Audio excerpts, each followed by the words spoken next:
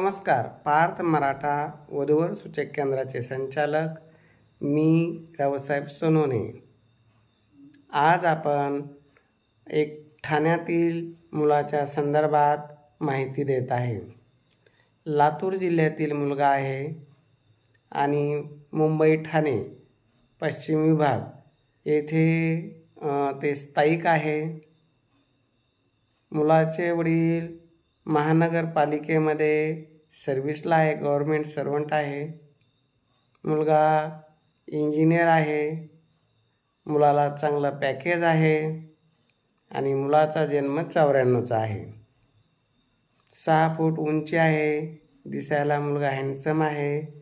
असं सर्व काही व्यवस्थित आहे.